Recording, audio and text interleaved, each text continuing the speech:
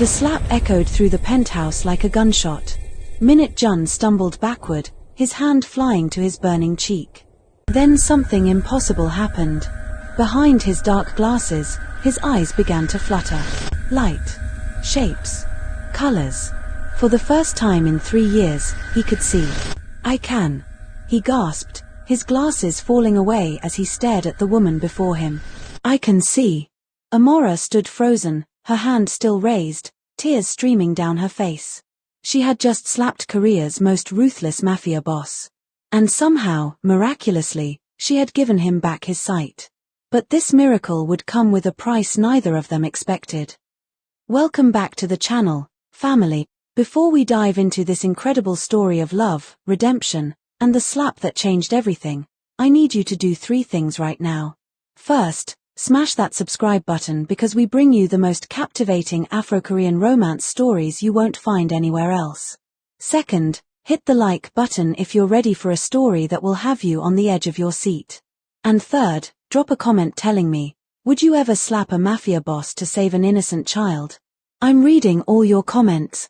Now, let's go back to where this impossible love story began. The gunshot echoed through the marble halls of the penthouse. A man collapsed to his knees, clutching his bleeding hand, his screams piercing the cold soul night. Minute Jun sat motionless in his leather chair, dark glasses covering his sightless eyes, a glass of whiskey balanced perfectly in his hand. Please, I have a daughter. She's sick, she needs treatment, the man sobbed. Minute Jun tilted his head, listening to the pathetic sounds with detached curiosity. Your daughter's illness is not my concern. You borrowed 5 million won. You had 3 months. Where is my money?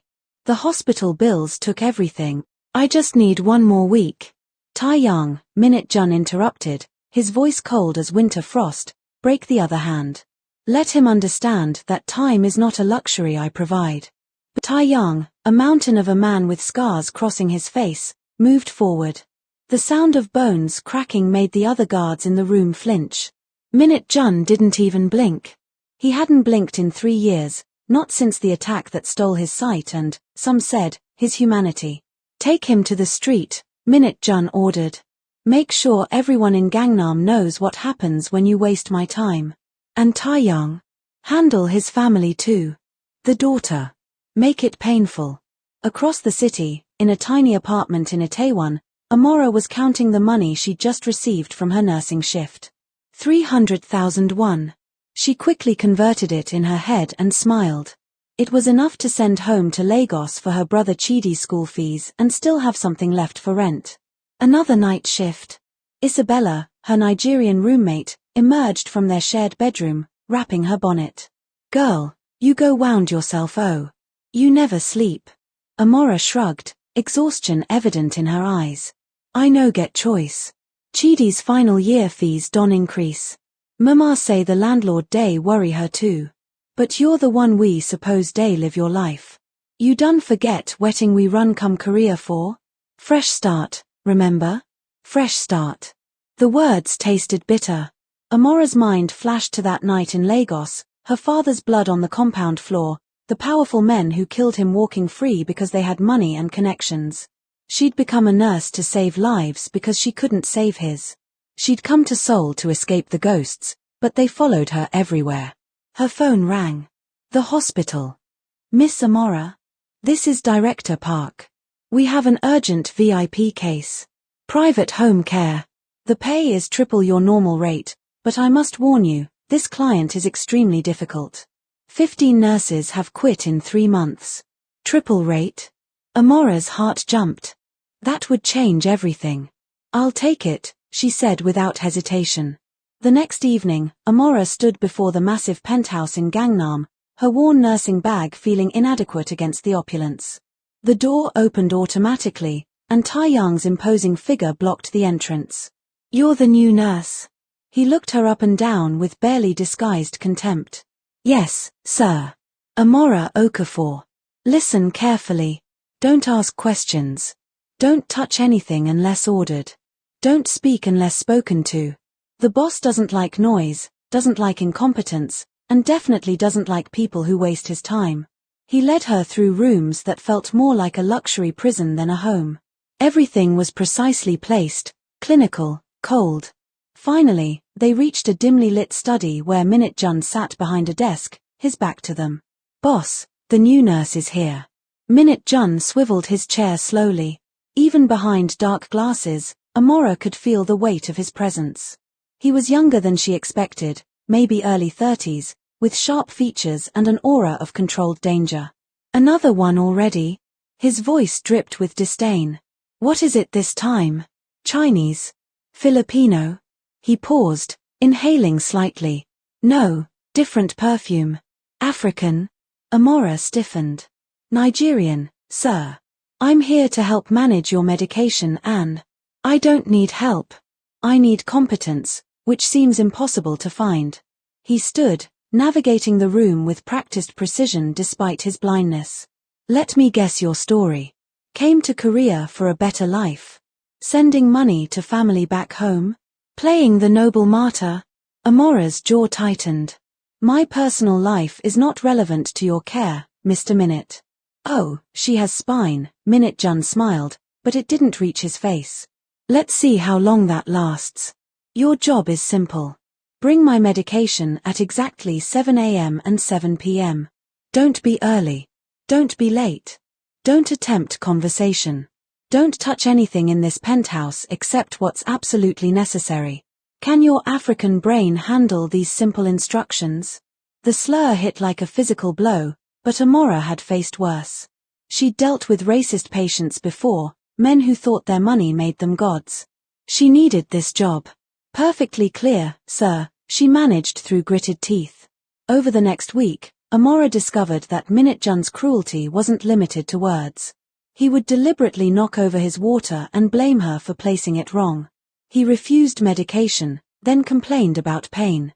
He made her stand for hours while he worked, forbidding her from sitting in his presence. But worse were the phone calls she overheard. Orders to collect debts by any means necessary. Approvals for beatings, for destruction of property, for ruining lives. Each conversation chipped away at her professional composure. This wasn't just a difficult patient. This was a monster. Are you still watching? Drop a comment below telling me what you would do if you were Amora. Would you stay for the money or leave? And if you're enjoying this story, smash that like button. Now, let's get to the moment that changes everything. On the 8th day, Amora arrived for the evening medication to find Minute Jun on the phone with Taeyang. "I don't care about excuses," Minute Jun said coldly. "You found the man who owed us, yes? And his daughter." Amora's blood froze. She remembered the man from her hospital, the one with the sick little girl who needed heart surgery. "Good," Minute Jun continued. "Burn their house tonight. Make sure the girl watches. I want the father to understand that his debt costs more than money. It costs everything." The medication tray slipped from Amora's trembling hands, crashing to the marble floor. Minute Jun's head snapped toward the sound. "How long have you been standing there?" "You can't do that," Amora whispered. "Excuse me? That man, his daughter, I know them from the hospital. She's 8 years old. She has a heart condition. You can't." "I can't." Minute Jun stood, his voice dangerously quiet. "Did you just tell me what I can and cannot do? She's a child. An innocent child. What kind of devil are you? The kind who doesn't tolerate theft or eavesdropping nurses who forget their place." His hand swept across the desk, sending papers and objects flying. "You know nothing about my world, about what's required to survive, to maintain order." "Order?" Amora's voice rose, years of suppressed rage bubbling to the surface. "You call terrorizing a sick child order? You're not maintaining anything. You're just a bully with money and power, hiding behind darkness because you're too coward to face the light. Get out." Minute Jun roared, advancing toward her voice. "You're fired. Get out before I have Taeyang throw you out. You know what your problem is." Amora found herself shouting back, all professionalism abandoned. "You think because you can't see, you don't have to see. You're blind, yes, but not because of your eyes. You're blind because you choose to be blind to suffering, to compassion, to the humanity in people around you. I said get out. He grabbed for her, likely to shove her toward the door, but Amora's hand moved on instinct. The slap echoed through the penthouse like a thunderclap. For 3 seconds, the world stopped. Then Minute Jun stumbled backward, his hand flying to his face. And something impossible happened. Behind his dark glasses, his eyes began to flutter. Light poured in for the first time in 3 years, sharp and painful and overwhelming. Shapes. Colors. Movement. He saw her. Amora stood there, tears streaming down her brown face, her chest heaving with emotion, her eyes filled not with fear but with a devastating mixture of anger and disappointment and something else he couldn't name. She was beautiful and terrible and so alive it hurt to look at. Then the pain hit. Blinding, searing agony as his brain struggled to process visual input after years of darkness. Minute Jun collapsed, glasses falling away, revealing eyes that were open and seeing and full of confusion. I can. He gasped, staring at his own hands like they were alien objects. I can see. Amora rushed forward instinctively, her nurse training overriding everything. Don't move. Your brain is in shock. Taeyang. Taeyang. The penthouse erupted into chaos. Taeyang burst in, saw his boss on the ground with open eyes, and froze. Within minutes, Dr. Yoon arrived, examining Minute Jun with shaking hands. This is medically improbable, the doctor muttered, shining lights into Minute Jun's responsive pupils. The damage from the attack was severe, yes, but we always suspected a psychosomatic component. Trauma-induced blindness overlaying the physical injury. But for it to reverse so suddenly, what triggered it? Taeyang demanded. Everyone's eyes turned to Amora, who stood in the corner, still trembling. She slapped him, Taeyang said slowly, pieces falling together. The African nurse slapped the boss, and now he can see. Dr. Yoon adjusted his glasses. Shock therapy, in a way. The sudden trauma, the emotional intensity, it could have broken through the psychological barrier. I've read about cases, but never seen one.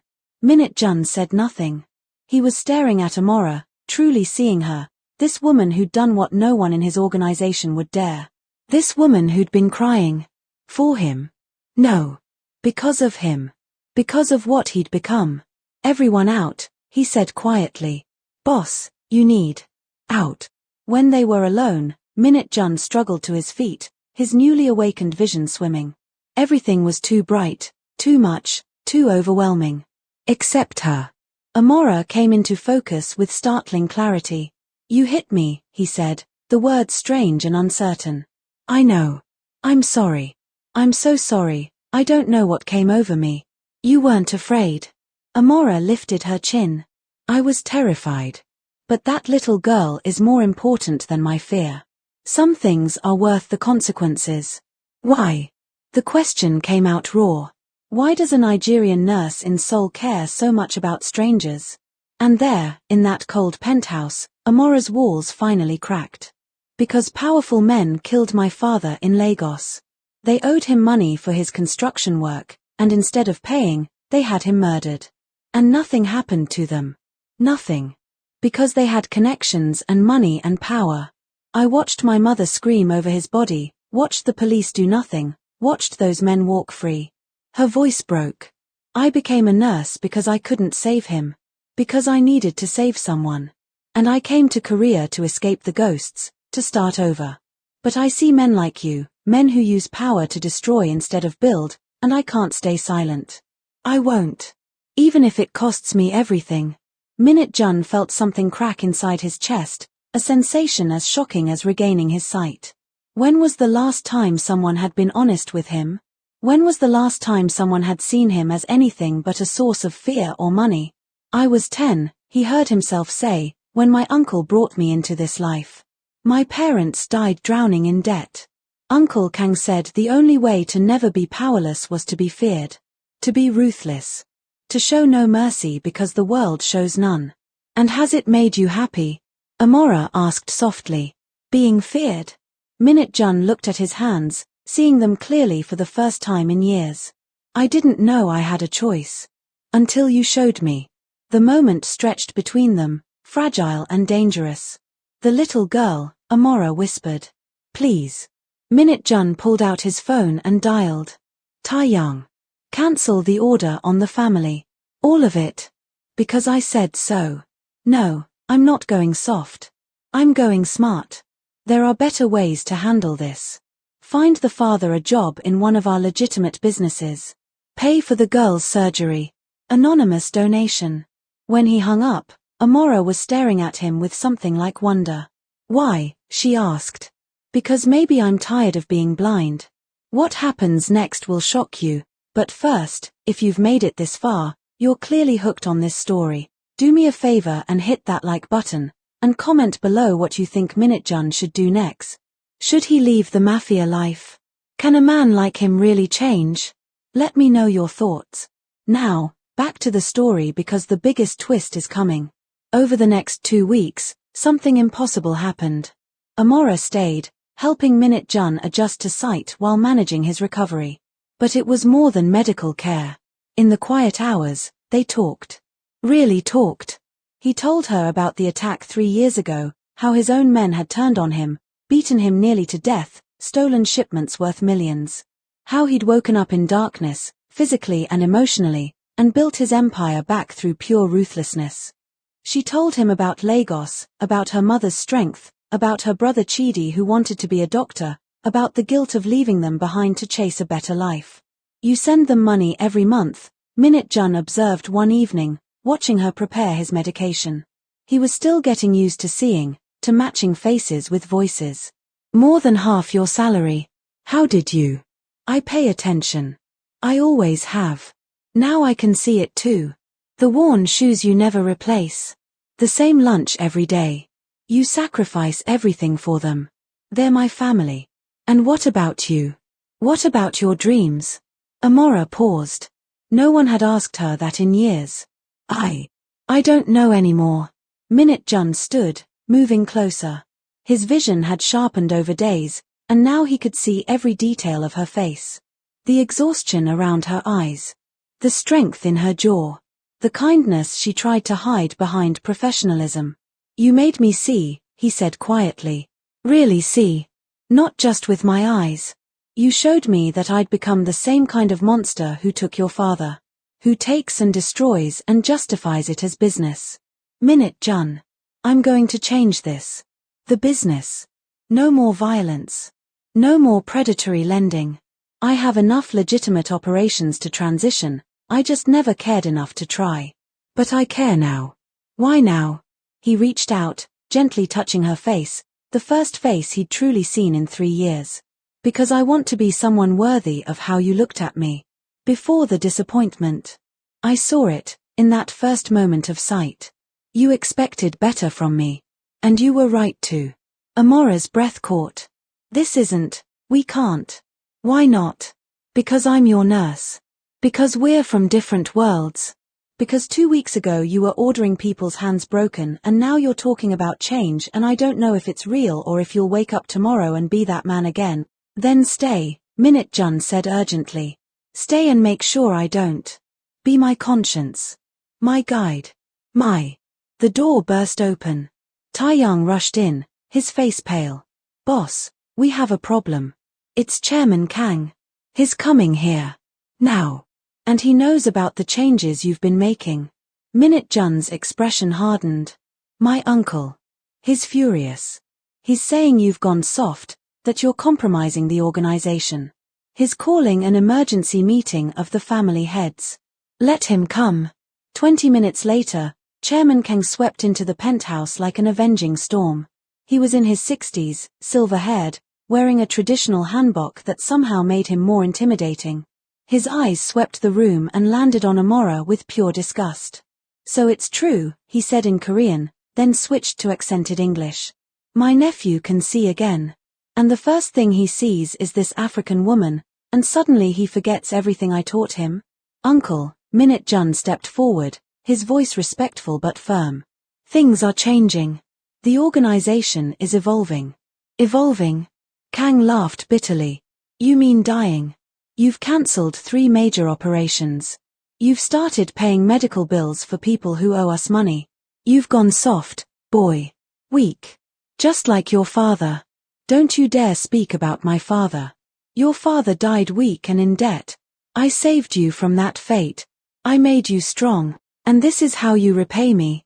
By letting some foreign nurse seduce you into. She saved my sight, Minute Jun interrupted. She showed me. She showed you nothing. I'll tell you what she showed. Weakness. And weakness in our world is death. Kang pulled out a gun, moving with surprising speed. You were better off blind. At least then you had vision. The gun pointed at Minute Jun, but Amora moved faster, stepping between them. Stop, she shouted. No more violence. No more blood. Can't you see what this life has cost both of you? Move, girl, Kang growled. No. I said move. Uncle, put the gun down. Minute Jun's voice was deadly calm. You shoot her, you shoot me. And you know what happens then. Taeyang is loyal to me, not you. The organization fractures. Everything we built collapses. Better collapsed than corrupted. But Kang's hand wavered. You want to know the truth? Minute Jun continued, pieces falling into place in his mind. The attack 3 years ago. The one that took my sight. It never made sense. My own men turning on me, but only certain ones. The timing. The precision. Kang's face twitched. It was you, Minute Jun breathed. You ordered it. You made me blind. I made you focused. Kang roared. You were going soft even then, talking about legitimate business, about getting out. I needed you dependent, controlled, angry enough to be the weapon this family requires. The betrayal hit Minute Jun like a physical blow. His own uncle. His own blood. You took my sight because I wanted peace. I took your sight so you could truly see what matters. Power, control, fear. And it worked. You became the most ruthless boss in Seoul. Until her. He swung the gun toward Amora. Time slowed. Minute Jun saw the finger tightening on the trigger. Saw Amora's eyes widen. Saw every terrible possibility of a future without her. This woman who'd crashed into his life and broken him open and made him want to be better. He lunged, knocking Amora aside as the gun fired. The bullet grazed his shoulder, pain exploding through his arm. Taeyang and his men burst in, disarming Kang within seconds. Call the police, Minute Jun gasped, Amora's hands already on his wound, applying pressure with professional efficiency. Tell them everything. I'm done protecting family that treats me like a weapon. Boss, if you bring in the police. I know what it means. Investigation. Exposure. Possible charges. I don't care. I'm done with this life. All of it. Amora looked at him with tears streaming down her face, but this time they were different tears. You're really doing this? You asked me who I want to be. I'm choosing. Right now. The next hours were chaos. Police, statements, reporters camped outside. Chairman Kang was arrested for attempted murder and, as Minute Jun provided evidence, a dozen other crimes. The organization crumbled, but Minute Jun didn't care. He was too busy watching Amora, memorizing every expression on her face as she worked tirelessly to care for his injury. 3 months later, Seoul had changed. Or maybe Minute Jun had changed, and Seoul just looked different through new eyes. He stood in the community center he'd funded, watching volunteers distribute food and medical care to families in need. The legitimate portions of his former empire had been restructured into proper businesses and charitable foundations. The illegal parts he'd turned over to authorities in exchange for immunity as a witness. Boss. The voice made him turn. It was the man from 3 months ago, the one he'd ordered hurt. But now the man was smiling, his daughter beside him, healthy and glowing after her successful surgery. Thank you. Thank you for everything. The job, the surgery fund, Thank my conscience. Minute Jun nodded toward Amora, who was teaching a group of immigrant women about healthcare access. She's the reason any of this exists. When the evening ended, they stood on the rooftop garden Minute Jun had built, overlooking the Seoul skyline. The lights glittered like stars, and for the first time in his life, Minute Jun thought they were beautiful. Your brother got his acceptance letter, he said. Medical school in Lagos. Full scholarship. Amora's head whipped around. How did you? I might be out of the Mafia, but I still have connections. Good ones now. The scholarship is legitimate, from a foundation I established. He earned it with his grades. Tears filled her eyes. Minute Jun, that's too much, I can't. You can. You should. You've spent your whole life saving everyone else. Let someone save you for once. You already did, she whispered. You changed. You really changed. Because you showed me I could. He took her hands, marveling again at the miracle of sight, of seeing her clearly. Stay with me. Not as my nurse. As my partner. In the foundation, in the businesses, in everything. Build this new life with me. That's terrifying, Amora admitted. 3 months ago you were Korea's most dangerous criminal. Now you want to save the world. I want to try. With you. If you'll have me. I spent 2 years running from ghosts, Amora said slowly. From my father's death, from the injustice, from the pain. I thought geography could heal me. But it wasn't about location. It was about purpose. About finding someone who understood that broken things can be fixed, that darkness doesn't last forever, that even monsters can choose to be men. She stepped closer, her hands finding his face. Yes. Yes. Yes, I'll stay. Yes, I'll build this with you. Yes, I'll be your conscience and your partner and probably your biggest pain because I will never let you slide back into old habits. Minute Jun laughed, the sound rusty but genuine. I wouldn't want it any other way. When they kissed, it felt like sight returning all over again. Like the world coming into focus. Like finally seeing clearly. They say love is blind, Amora murmured against his lips. But I think love is what makes us truly see. You're getting philosophical on me now. Someone has to keep you humble. As they stood together, overlooking the city that had brought them together in the most impossible way, neither noticed Taeyang watching from the doorway with a rare smile, or the first real family they were building from the ashes of the old one. Minute Jun had spent 3 years in physical darkness. But he'd been blind much longer than that, trapped in violence and cruelty and the belief that power meant fear. It took one slap from a brave Nigerian nurse to open his eyes in every sense. And now he could finally see the future, bright and terrifying and filled with possibility. A future where his hands built instead of destroyed. Where his power lifted instead of crushed. Where love mattered more than fear. All because someone cared enough to hit him when he needed it most. So what did you think? Could you ever forgive someone like Minute Jun? Do you believe people can really change, or once a criminal always a criminal?